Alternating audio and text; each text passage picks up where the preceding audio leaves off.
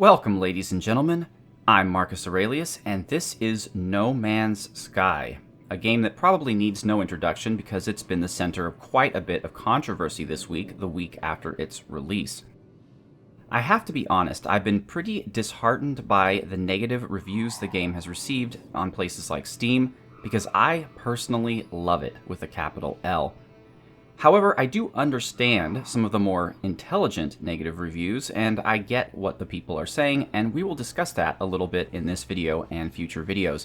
I'm not going to be doing a full series on this game because the game really doesn't lend itself to that. It's a lot of very quiet exploration and adventure, but I am going to show a couple tips and just have you come along with me as I'm exploring and learning new things. The main focus of this episode is going to be how to make a lot of money, because a lot of the things in the game require you to have a lot of money, which in the game is called units. And the more units you have, the better ships you could buy, the better you are with resources. If you can find a trading post, you can buy what you need. So I'm going to show you a quick and dirty way to make some good money. What else? Well, this is my ship, and I've been playing for about 20 hours now, and I know that a high percentage of the complaints about the game have to do with technical instability. So let me just quickly show you some things I did to fix my version of the game, because when I first turned it on, I had some chopping and badness too. So first thing I did was I went over to graphics, and I got rid of VSync. That was a big deal, and I set FPS to max. Okay, so now, even when I'm recording, I'm playing this game at a cool 120 frames per second, which is awesome. And I think the big deal is VSync. In fact, I think future patches are going to turn VSync off by default. Everything else, however, is the highest setting possible. And again, 120 frames per second. Yes, my computer is a beast. If you want to run this game at top quality, go out and buy an NVIDIA 1080. But let's see, what else? So I have discovered a number of systems. Wow, I have to claim these. Sorry, I got to claim these waypoints. I thought I had done that. I guess I had not. I founded at first I have to go down.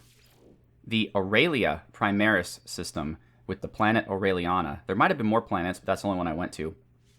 That was my first ever planet. Then I founded Aurelia Secundus with the planets Frigoberto Major and Frigoberto.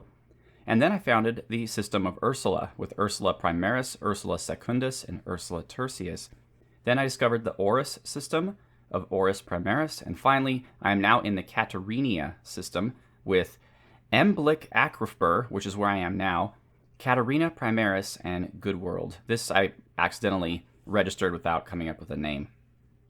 It's kind of crazy that I've been to 5 systems. I really don't feel like I've been to that many. I've played the game about 20 hours at this point, and 15 of them, give or take, are in this system, the Catarina system, because there's 4 planets, a moon, a space station. There's a lot going on. So I've just managed to have a lot of fun just here in this one system. As you can see here, these are my milestones. I'm pretty good on the ground, not so good in space. I have died, unfortunately, twice. But I'm pretty good at making money, which is what I'm going to be showing you now.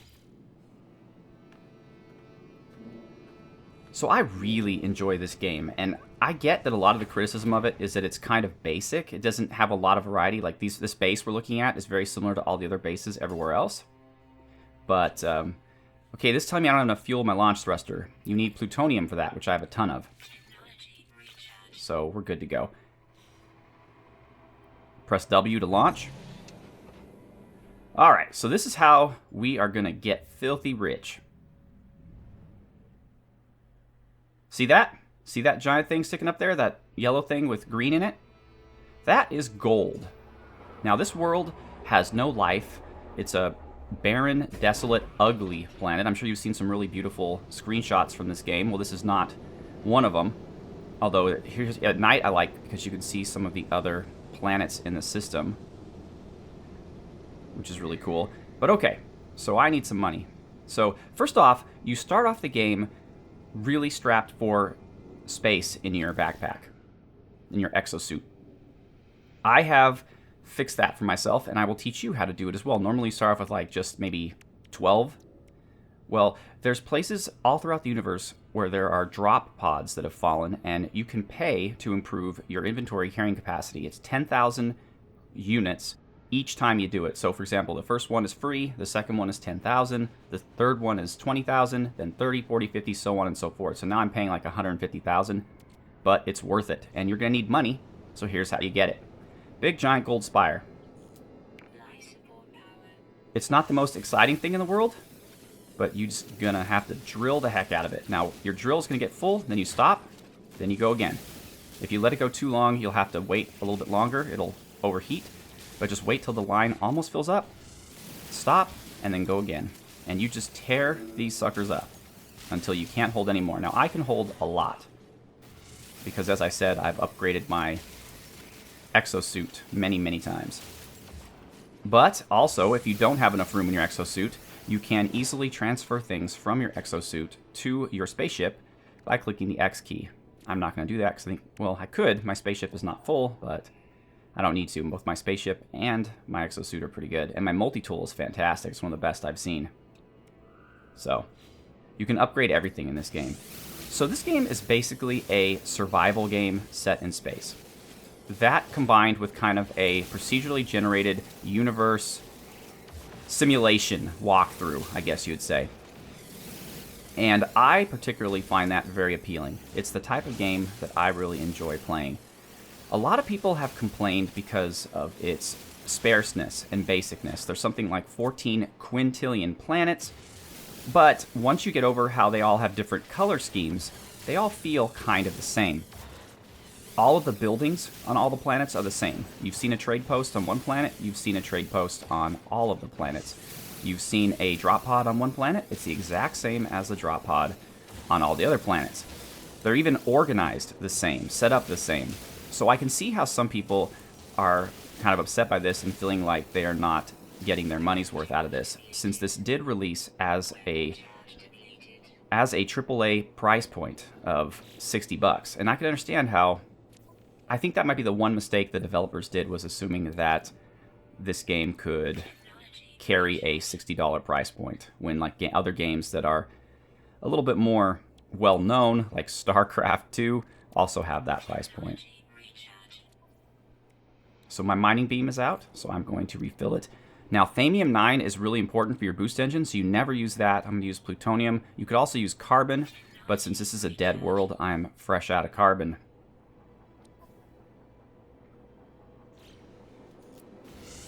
So, I get it. I get the criticisms. However, I've already put 20 hours in this game.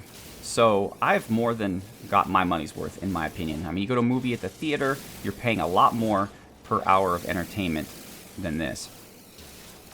But the reason why I like this is because I'm that kind of person. I like to kind of tell my own story. I like to explore and just look at interesting worlds and go around doing my thing. I don't need this to be Skyrim in space, which is what a lot of people thought it was going to be.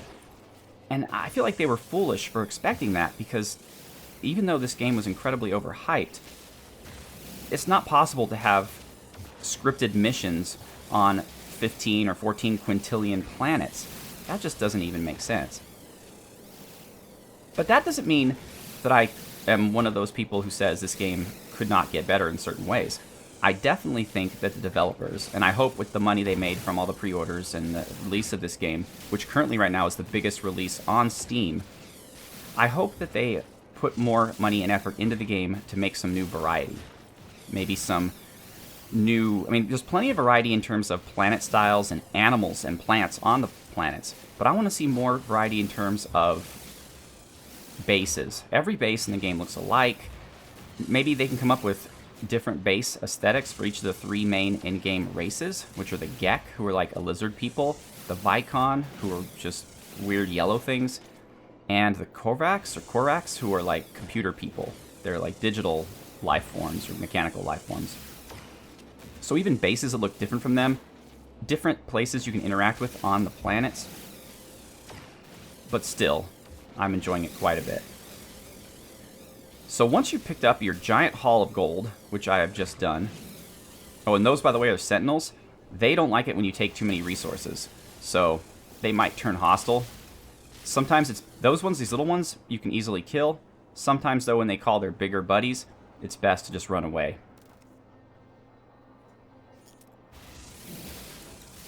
All right. So this planet is huge, and it's just loaded with these gold deposits. So I've spent a lot of time basically just farming them. Grinding through and just getting as much gold as I can carry. I'm not going to do that with you guys, because I don't want to bore you. But once this spear is done, then I'll head back. And there's a couple weird things. Like, for example, when you're destroying a sphere like this, parts of it just hover up in the air. Like, it'd be neat if they had some kind of physics where the pieces would fall down, or... I don't know. But still. What I will say about this game is it evokes a feeling in me that very few games do. A feeling kind of like when you're reading a really interesting science fiction novel. And what that feeling is, it's really hard for me to describe, so please just roll with it. But it's a feeling of this world is strange. It doesn't make sense. It doesn't fit in my brain as what I know is logical, but it's believable. Like, you get lost in the story. What I mean by this is that the game obviously doesn't make much realistic sense. There are only 3 races of people in this world. They all seem to know each other. None of them have any cities or any home planets. Each planet just has a few bases that are manned by one guy each. And so in the back of your head, something's telling you this doesn't make sense. But at the same time, it works. It feels real. It feels like this universe maybe isn't our universe, but in some place out there, there is kind of a universe where this is how the rules work, and it's just a weird thing. And so it almost has this quasi-spiritual feeling when you're playing it, like you're just involved in this other world that is completely different than what you're used to. All right. So now that we've got a bunch of gold, and if I wanted to, we could have got a lot more, but we are going to look for a trade depot. And I think I have some... Oh, there's one in 1 hour. Is there one closer than that? I can't believe I'm an hour away from the trade depot. I guess that is. I guess that's the closest trade depot. Now, it's not actually going to be an hour. Let me show you how that works. We are going to blast off into orbit. So you just point up, then you rev up your engines, and then you hit the space bar, engaging your pulse engine, and then immediately get out of it by clicking the S key. And you are now in space. And now there's Katerina Primaris. But this is where I want to be. So now what you do is, now that you're in space, you want to locate your trading post. Is that it? No, that's an abandoned building. There it is. Is that it? Yeah. Alright. So it's 46 minutes away, but not for long.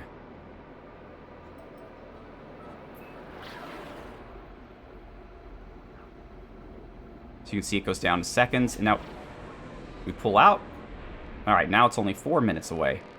You can push the shift key to speed up just a little bit. Now you move faster the further away you are from the ground, so I'm going to keep kind of out into space here until it gets down to about 5 seconds.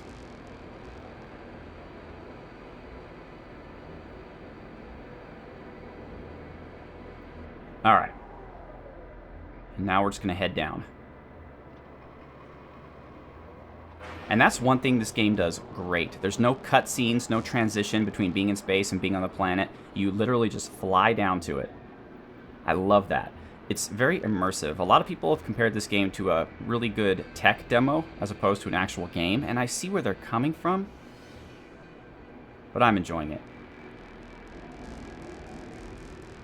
Alright, there it is. So we're just gonna get close to the landing pad here, and press the E button to land.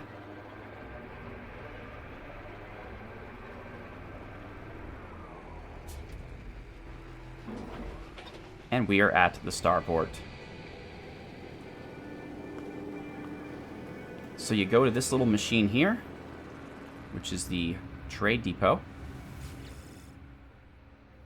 And you say, hey buddy, how would you like some gold? And a Korvax convergence cube. So as you can see, I just earned myself a cool, between the two of those things, about 200,000 units. So if I wanted to buy stuff here, I could, but I don't. And if I wanted to actually spend some time and find 5 or 6 of those gold spires, pretty soon I have tons of money. Now, to interact with creatures, you need some carbon, which I don't have.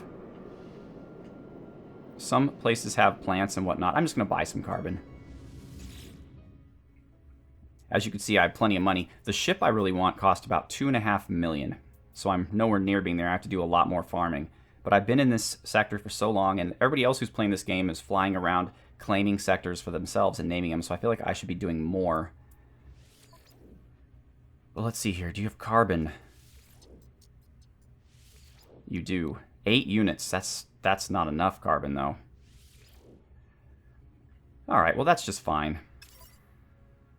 So that is how you make a lot of money. You find a world like this that's dead but has rich mineral resources, and this world doesn't just have gold. It also has hebridium, which is blue, and it's the same idea though. It's a big like archway spire looking thing that you can whittle down with your laser. And it also has iridium, which is in like little red arches. Hey buddy, I wish I could talk to you, but I don't have any carbon. So that is how you make money. And then if you want to buy another ship, for example, like say, oh, I like this ship. My ship I like better, but say I wanted to buy this ship. You go up. Maybe let's see if this guy has any carbon. And you can talk to this Gek merchant. And so if I want to buy a starship, I can take a look here. It's about 2 million units. Obviously, I'm not there yet. But it has 25 slots, which is a lot bigger than mine. But we are going to ask this fellow if he has anything worth buying here.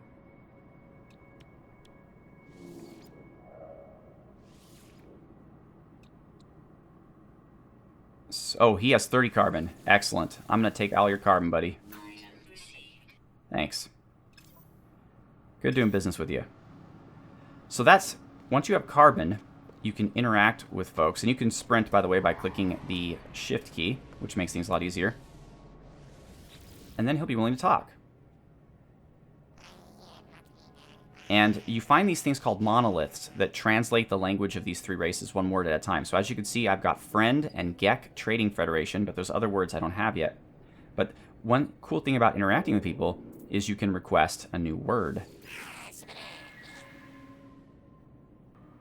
So now I've learned the Gek word for withheld, which I'm sure will come in handy at some point. Alright. So, I have explored and named 3 of the worlds in this sector. I'd like to see a new sector, but for the rest of this episode, I'm going to discover one last planet on this sector. Sometimes I accidentally blast off all the way into space from the ground. I don't know how I do that, but it happens sometimes. Okay, we're going to go.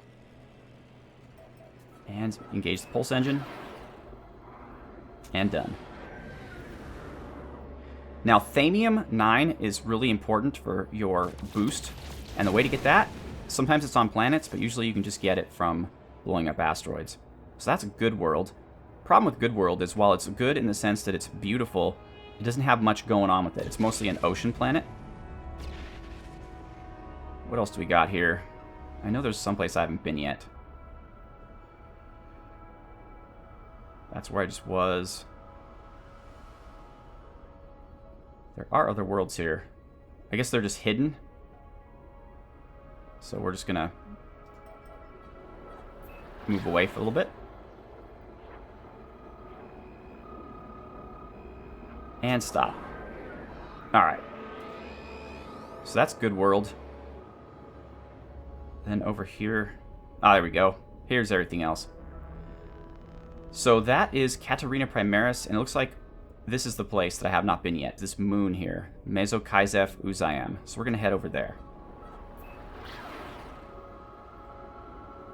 We're going to get there in 30 seconds, give or take. Now, sometimes you get ambushed by pirates in space. I'm not good at all at that. That's the 2 times I've been killed in this game have been out in space. Yep. We just saw pirates. So hopefully they're not going to prevent us from landing on the planet, and it looks like they're not.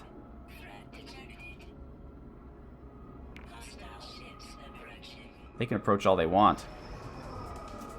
Oh. Crap. Alright.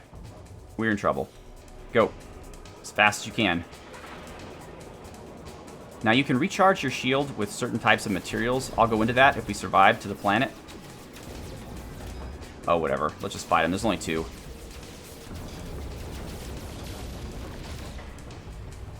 Get out of my sky.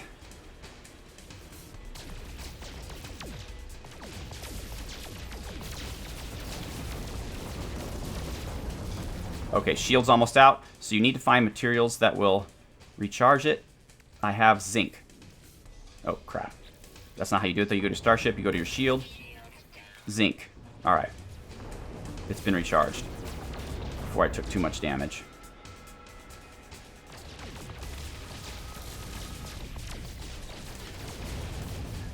I need to upgrade my ship.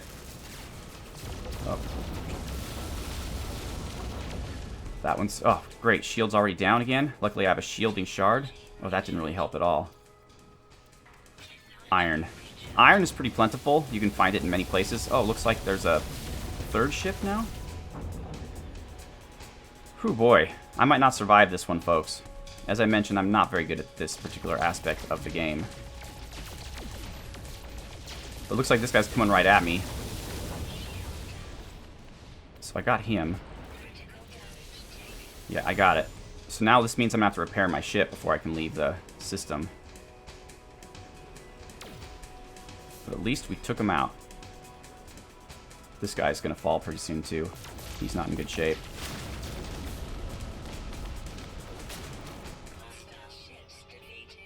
Alright, we got him. Whew. And we're heading toward this moon, which I have lost. Oh, there it is. And we accomplished a milestone. Destroyed 5 starships. So let's figure out what is wrong with our ship.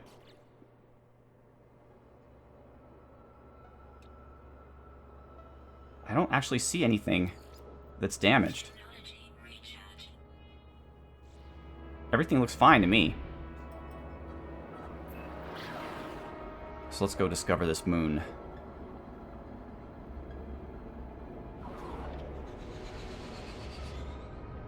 And here we come.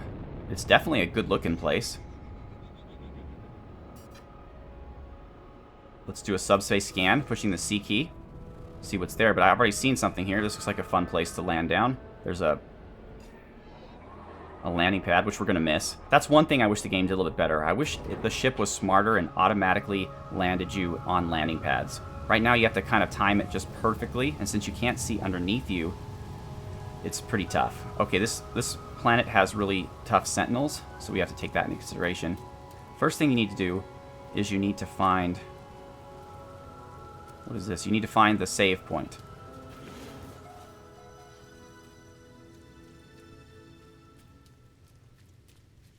There it is.